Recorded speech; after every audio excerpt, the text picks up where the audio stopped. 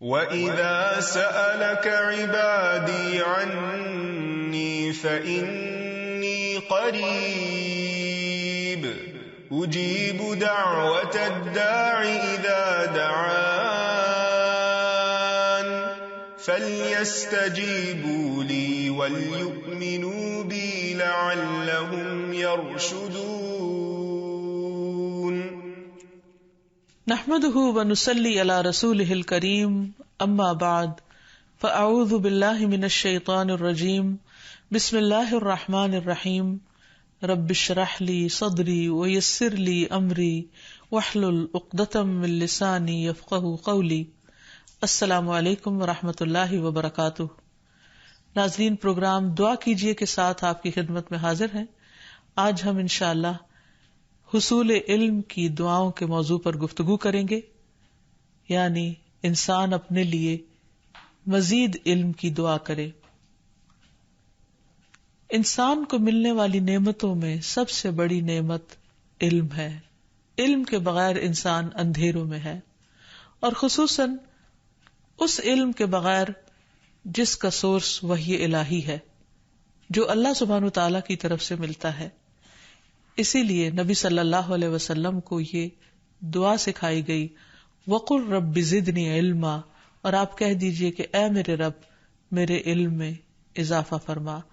یعنی آپ کو یہ نہیں کہا گیا کہ آپ کہیے کہ اے رب میرے مال میں اضافہ فرما، یا میری اولاد میں اضافہ فرما، یا کسی اور چیز کی زیادتی کی دعا، بلکہ علم میں اضافے کی دعا.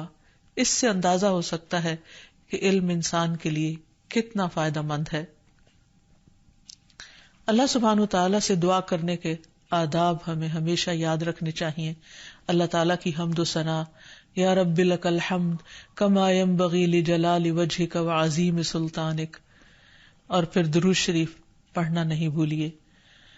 جہاں تک علم کا تعلق ہے تو علم والے اور بغیر علم کے برابر نہیں ہو سکتے. قرآن مجید میں اللہ تعالیٰ فرماتے ہیں، قل هل يستوی الذین یعلمون والذین لا یعلمون، کیا وہ لوگ جو علم رکھتے ہیں اور وہ جو علم نہیں رکھتے برابر ہو سکتے ہیں؟ ہرگز نہیں. یرفع اللہ الذین آمنوا منکم والذین اوتوا العلم درجات، اللہ تعالیٰ ان لوگوں کے درجات بلند کرتا ہے جو ایمان لائے، اور جو علم دیے گئے ان کے درجات تو اور زیادہ بلند ہیں. اس لیے انسان کو ہمیشہ علم حاصل کرنے کا حریص بھی ہونا چاہیے، اس کی کوشش کرنی چاہیے، اور اس کے لیے دعا کرنی چاہیے. اللہ سبحانہ وتعالیٰ نے جو سب سے پہلی وحی نبی صلی اللہ علیہ وسلم پر اتاری تو اس میں بھی پڑھنے کی تلقین کی گئی. فرمایا، اقرأ بسم ربک الذی خلق خلق الانسان من علق اقرأ وربک الاکرم الذی علم بالقلم. پڑھیے اپنے رب کے نام سے جس نے پیدا کیا، انسان کو جمے ہوئے خون سے پیدا کیا. پڑھیے، اور آپ کا رب بہت کرم فرمانے والا ہے جس نے قلم کے ساتھ تعلیم دی ہے. تو اس سے یہ پتہ چلتا ہے کہ انسان کو پڑھنے اور لکھنے دونوں چیزوں کی طرف توجہ کرنی چاہیے، کیونکہ پہلی وحی میں ان دونوں چیزوں کا ذکر ساتھ ساتھ آیا ہے. پھر اسی طرح یہ ہے کہ سب سے پہلی تخلیق اللہ سبحانہ تعالیٰ نے قلم کی ہے. عبادہ بن صامت نے اپنے بیٹے سے کہا کہ میں نے رسول اللہ صلی اللہ علیہ وسلم کو فرماتے ہوئے سنا ہے کہ بے شک پہلی چیز جو اللہ نے پیدا کی وہ قلم ہے. پھر نبی صلی اللہ علیہ وسلم کو بھی اللہ تعالیٰ نے معلم بنا کر بھیجا. قرآن مجید میں آتا ہے، کما ارسلنا فیکم رسولا منکم یتلو علیکم آیاتنا ویزکیکم وَيُعَلِّمُكُمُ الْكِتَابَ وَالْحِكْمَةَ وَيُعَلِّمُكُمْ مَا لَمْ تَكُونُوا تَعْلَمُونَ. جس طرح ہم نے تم میں ایک رسول تمہیں میں سے بھیجا ہے جو تم پر ہماری آیات پڑھتا ہے، تمہیں پاک کرتا ہے، اور تمہیں کتاب و حکمت سکھاتا ہے، اور تمہیں وہ کچھ سکھاتا ہے جسے تم نہیں جانتے. تو حقیقت یہ ہے کہ اللہ سبحانہ وتعالیٰ نے اہل ایمان پر بہت بڑا احسان کیا جب ان کے اندر ایک رسول بھیج کر ان کو یہ ان تمام چیزوں کی تعلیم دی اور ان کو سکھایا. اور اس میں آپ دیکھیے کہ خصوصاً کتاب و حکمت، یعنی صرف کتاب نہیں بلکہ حکمت بھی، اور پھر علم کے ساتھ ساتھ تزکیہ بھی کیا، کیونکہ علم بذات خود تزکیہ کرنے والی چیز ہے، تربیت کرنے والی چیز ہے، لیکن نبی صلی اللہ علیہ وسلم کو اس کام کے لیے خصوصی طور پر متعین کیا گیا. اور پھر علم سارے انبیاء کی وراثت رہی ہے. حدیث میں آتا ہے کہ بے شک علماء انبیاء کے وارث ہیں، اور بے شک انبیاء کی وراثت درہم و دینار نہیں ہوتی، بلکہ ان کی میراث علم ہوتا ہے. جس نے اسے حاصل کیا اس نے انبیاء کی وراثت میں سے بہت بڑا حصہ حاصل کیا. دنیا میں وراثت کا مال حاصل کرنے کے لیے انسان کیسی کیسی کوششیں کرتا ہے، لیکن انبیاء کی اس وراثت کو حاصل کرنے کا اس سے بھی زیادہ شوق ہونا چاہیے. اور انبیاء کی وراثت دین کا علم ہوا کرتا ہے. دنیا کا علم تو انسان اپنے فائدے کے لیے سیکھتا ہی ہے، اور اس کو چونکہ انسٹنٹ ریوارڈ ملتا ہے، فوری طور پر اس کے نتائج سامنے آتے ہیں، تو اس کے لیے انسان عموماً اس کو زیادہ مشکل نہیں ہوتی اس کو موٹیویٹ کرنے کی. اس بہت سے موٹیویشنل فیکٹر سامنے ہی ہوتے ہیں تو ان کو سیکھنا چاہتا ہے. لیکن جہاں تک دین کا علم ہے تو بہت سے لوگ اس کو اپنے لیے ایک بوجھ سمجھتے ہیں، حالانکہ اس کے بغیر انسان دنیا میں سب کچھ پانے کے باوجود بھی سکون نہیں پا سکتا. اس لیے بہت ضروری ہے کہ انسان دنیا کے ساتھ ساتھ دین کا علم بھی حاصل کرتا رہے.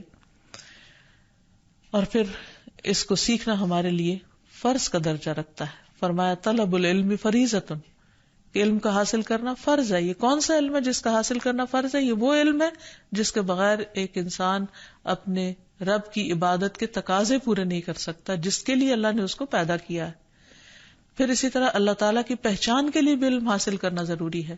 قرآن مجید میں اللہ تعالیٰ فرماتے ہیں فَاعْلَمْ أَنَّهُ لَا إِلَهَ إِلَّا هُوَ، بس علم حاصل کرو، جان لو کہ اللہ تعالیٰ کے سوا کوئی الہ نہیں ہے.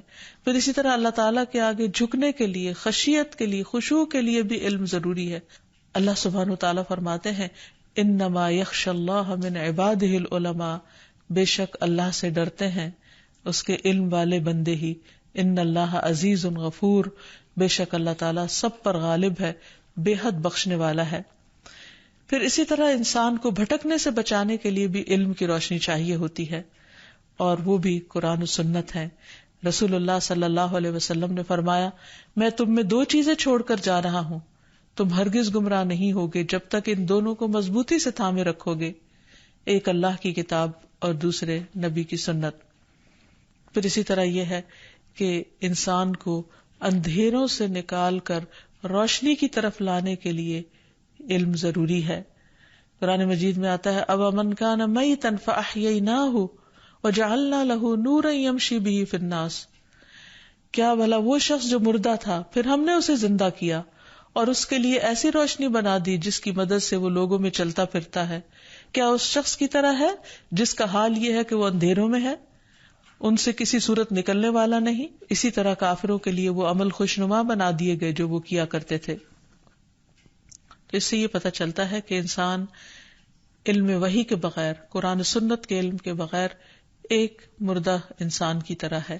اور جب تک اللہ تعالیٰ کی بھیجی ہوئی وحی انسان کے اندر اس کی سمجھ بوجھ نہیں آتی تو اس کے اندر زندگی کی وہ رمق نہیں آتی جو آنی چاہیے. پھر اسی طرح یہ کہ صحیح اور غلط کی پہچان کے لیے بھی دین کا علم حاصل کرنا ضروری ہے. حلال و حرام اور شکوک و شبہات والی چیزوں سے بچنے کے لیے بھی نہیں. پھر اسی طرح حق و باطل میں فرق کے لیے، صحیح اور غلط کی پہچان کے لیے بھی علم حاصل کرنا بہت ضروری ہے، ورنہ انسان اندھیرے میں ہے، اور اندھیرے میں رہنا انسان کے لیے نقصان دہ ہے. کیونکہ کل قیامت کے دن جب سب پردے ہٹا دیے جائیں گے اور انسان کے اعمال کی جزا اس کے سامنے آئے گی تو انسان کے لیے سوائے حسرت اور پریشانی کے کچھ نہ ہوگا. اس لیے ضروری ہے کہ انسان اللہ پر اور اللہ کی باتوں پر ایمان رکھتے ہوئے جو جائز ہے اور ناجائز ہے ان کو اچھی طرح سمجھتا ہو اور اس کے مطابق اپنی زندگی تبدیل کرنے والا ہو. اللہ تعالیٰ فرماتے ہیں وَيَرَى الَّذِينَ أُوتُوا الْعِلْمَ الَّذِي أُنزِلَ إِلَيْكَ مِن رَّبِّكَ هُوَ الْحَقُّ وَيَهْدِي إِلَى صِرَاطِ الْعَزِيزِ الْحَمِيدِ، اور وہ لوگ جنہیں علم دیا گیا وہ دیکھتے ہیں کہ جو کچھ تیری طرف تیرے رب کی جانب سے نازل کیا گیا ہے وہی حق ہے، اور وہ اس کا راستہ دکھاتا ہے جو سب پر غالب ہے، تمام خوبیوں والا ہے. پھر اسی طرح علم کے راستے پر چلنا، علم حاصل کرنے کے لیے گھر سے نکلنا جنت کے راستے آسان کر دیتا ہے. نبی صلی اللہ علیہ وسلم نے فرمایا من سلک طریقا یلتمس فیہ علما سہل اللہ لہ طریقا الی الجنہ، کہ جو شخص علم کا راستہ اختیار کرے گا اللہ تعالیٰ اس کے لیے جنت کا راستہ آسان فرما دیں گے. اور بے شک فرشتے طالب علم کی رضا کے لیے اپنے پر بچھاتے ہیں، یعنی اس کا اتنا اکرام کرتے ہیں، اس کے آگے ہمبل ہو جاتے ہیں. پھر ایسے لوگوں کو اللہ سبحانہ وتعالی چنے ہوئے لوگ قرار دیتا ہے. اور یہ کسی بھی انسان کی انتہائی خوش قسمتی کی بات ہے کہ اللہ تعالیٰ اس کو دین کا علم عطا کرے. حدیث میں آتا ہے من یرد اللہ بہ خیرا یفقہہ فی الدین، اللہ تعالیٰ جس کے ساتھ بھلائی کا ارادہ کرتا ہے اس کو دین کی سمجھ بوجھ عطا کر دیتا ہے. اور جو لوگ خصوصاً قرآن کی تعلیم حاصل کرتے ہیں اللہ تعالیٰ ان کو اپنے خاص بندے قرار دیتا ہے. اور حدیث میں یہ بھی آتا ہے کہ تم میں سے بہترین وہ لوگ ہیں جو قرآن سیکھیں اور سکھائیں.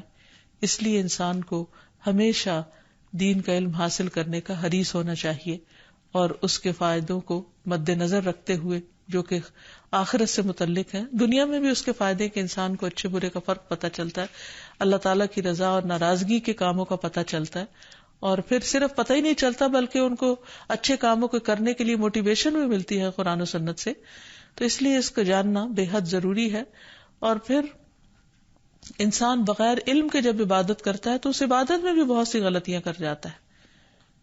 جیسے کہ ایک حدیث میں آتا ہے کہ ایک شخص 60 سال تک نماز پڑھتا رہتا ہے اور اس کے پاس ایک نماز بھی ایسی نہیں ہوتی کہ جس میں خوشبو خضوع ہو، یعنی کہ جو سٹینڈرڈ پر جو اللہ تعالیٰ نے کرائیٹیریا دیا ہے کہ اچھی نماز کا اس پر پوری اترتی ہو. تو ایسا کیوں ہوتا ہے؟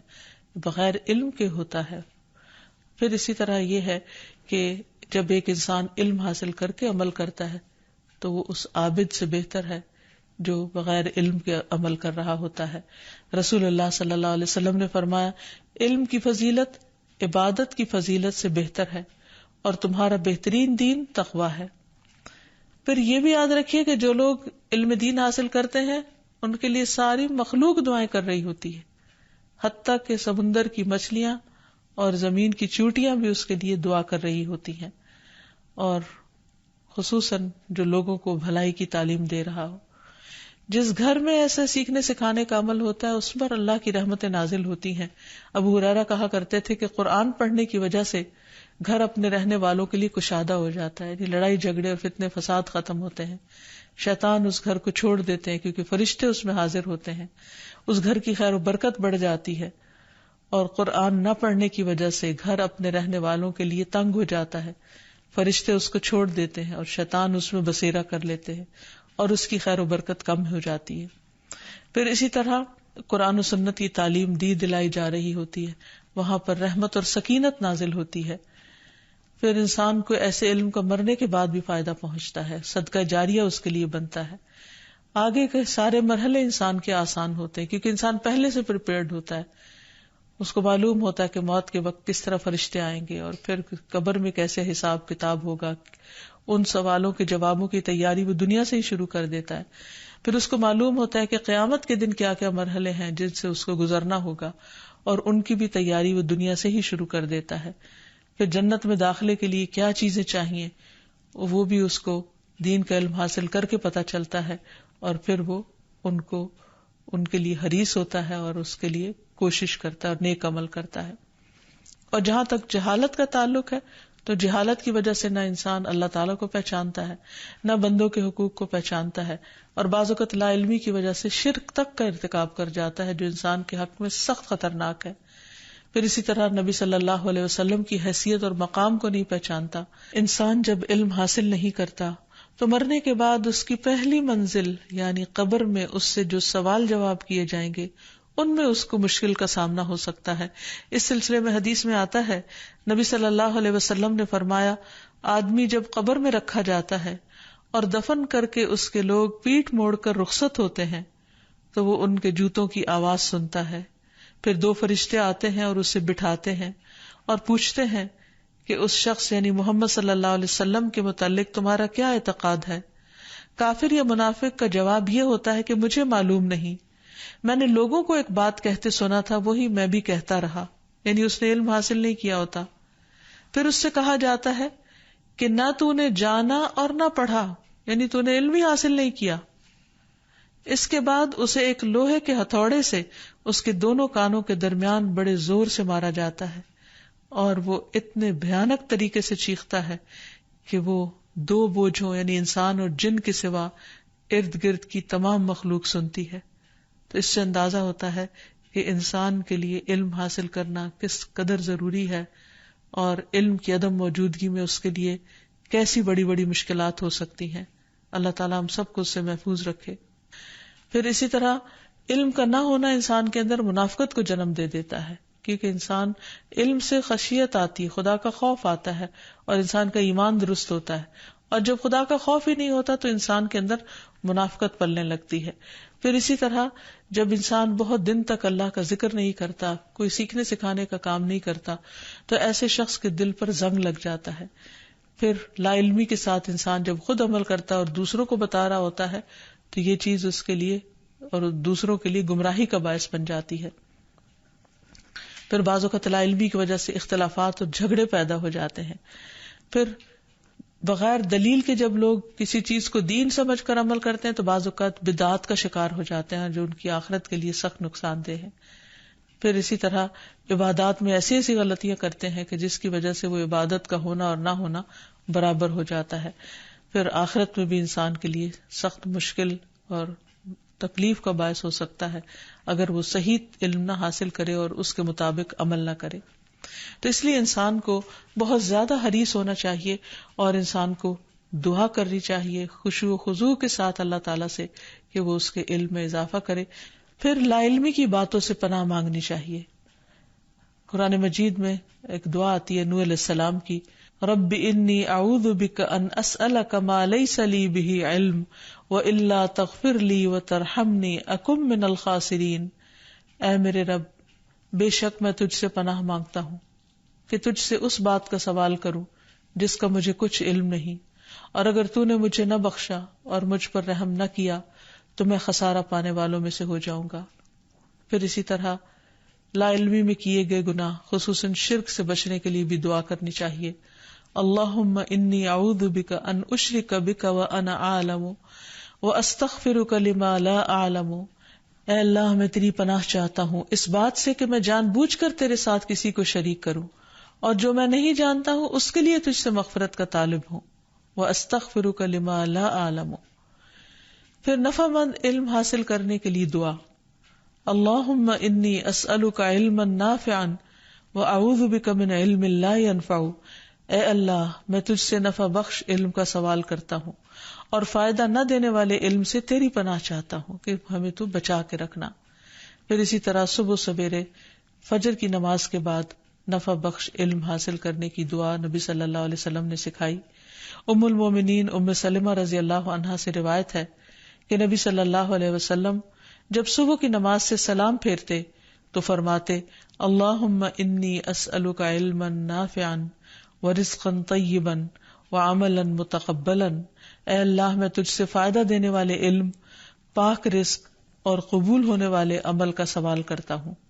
یعنی صبح سویرے انسان اپنے لیے کچھ ٹارگٹ سیٹ کرے اور پھر اس کے لیے دعا کرے، ان میں سے ایک علم کا حصول، دوسرے پاک حلال رزق، اور تیسرے وہ تمام کام جو اللہ کے حضور قبول ہو جائیں، یعنی اللہ کی پسند کے کام۔ پھر اسی طرح ایک اور دعا ہے، نبی صلی اللہ علیہ وسلم کہا کرتے تھے، اللہم انفعنی بما علمتنی وعلمنی ما ینفعنی وارزقنی علما تنفعنی بہ۔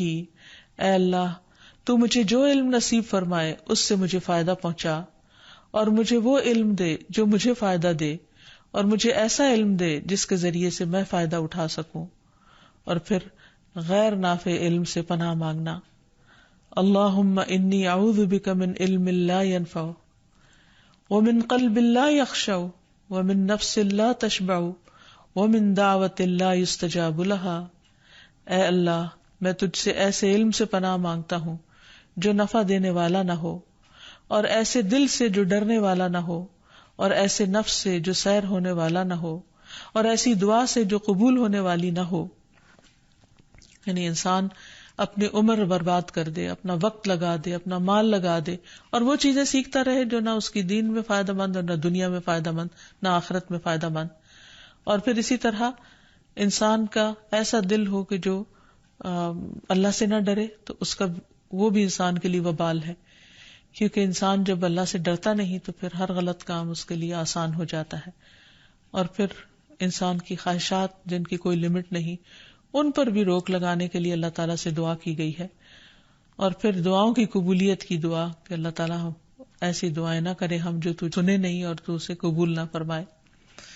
پھر اسی طرح یہ ہے کہ انسان کو اپنے علاوہ دوسروں کو بھی جو دعائیں دے اس میں بھی علم کی دعا شامل کر دے، جیسے نبی صلی اللہ علیہ وسلم نے ابن عباس کے لیے دعا کی تھی کہ اللہم علمہ الکتاب، اے اللہ اسے کتاب کا علم عطا فرما. پھر اسی طرح آپ صلی اللہ علیہ وسلم نے ایک اور دعا حضرت ابن عباس کو دی تھی، اللہم فقہہ فی الدین وعلمہ التأویل، کہ اے اللہ اسے دین کی سمجھ عطا فرما اور کتاب کی تأویل یعنی تفسیر سمجھا دے. تو اللہ تعالیٰ سے دعا ہے کہ وہ ہم سب کو نفع مند علم عطا فرمائے جس کا فیض ہمیں دنیا میں بھی پہنچے اور آخرت میں بھی. وآخر دعوانا ان الحمد للہ رب العالمین. السلام علیکم ورحمۃ اللہ وبرکاتہ.